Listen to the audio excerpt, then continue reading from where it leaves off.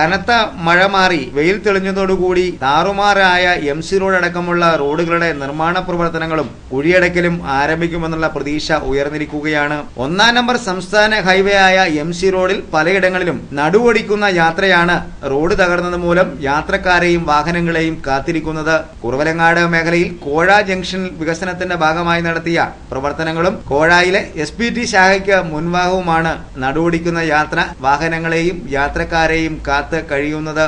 ആഴ്ചകളായി ഏറെ ദുരിതത്തിലായ യാത്രയായിരുന്നു ഈ മേഖലയിൽ ഉണ്ടായിരുന്നത്. പലതവണ പാറപ്പൊടി വിതറി യാത്ര സുഗമമാക്കാൻ പൊതുമരാമത്ത് വകുപ്പ് അധികൃതർ നടപടികൾ സ്വീകരിച്ചുവെങ്കിലും ഒരിക്കൽ പോലും ഇത് പൂർണ്ണമായും ഫലവത്തായില്ല.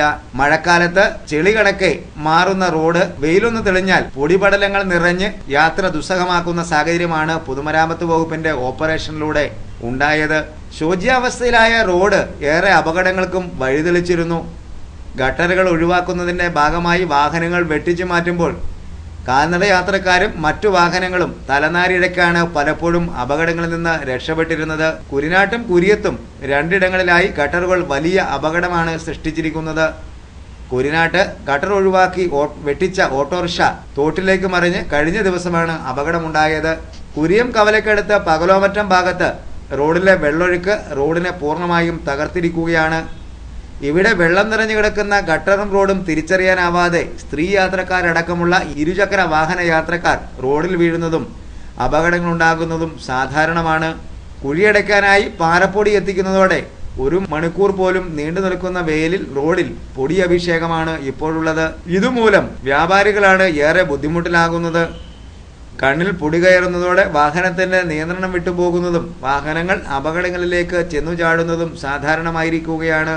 പ്രധാന ജംഗ്ഷനുകളിൽ ആവശ്യമെങ്കിൽ റോഡ് റീടാറിംഗ് നടത്തി യാത്ര സുഗമമാക്കാനാണ് പൊതുമരാമത്ത് വകുപ്പ് ഇപ്പോൾ നിർദ്ദേശം നൽകിയിരിക്കുന്നത്.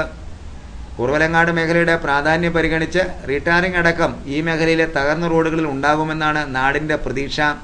അനുകൂല കാലാവസ്ഥ പ്രയോജനപ്പെടുത്തി ഗട്ടറുകൾ അടയ്ക്കാൻ അധികൃതർ തയ്യാറാവണമെന്ന ആവശ്യം ശക്തമായി ഉയരുന്നുണ്ട്.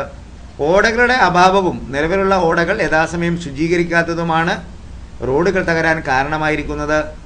ഓടകളിൽ നിന്ന് വെള്ളമൊഴുകി തോടുകളിലെത്തിയിരുന്ന പല പാടങ്ങളും അപ്രത്യക്ഷമായതും ഓടകൾ സ്വകാര്യ വ്യക്തികൾ പലരും കയ്യേറിയതുമാണ് യഥാർത്ഥത്തിൽ പ്രശ്നങ്ങളിൽ വില്ലൻ വേഷം കെട്ടുന്നത്.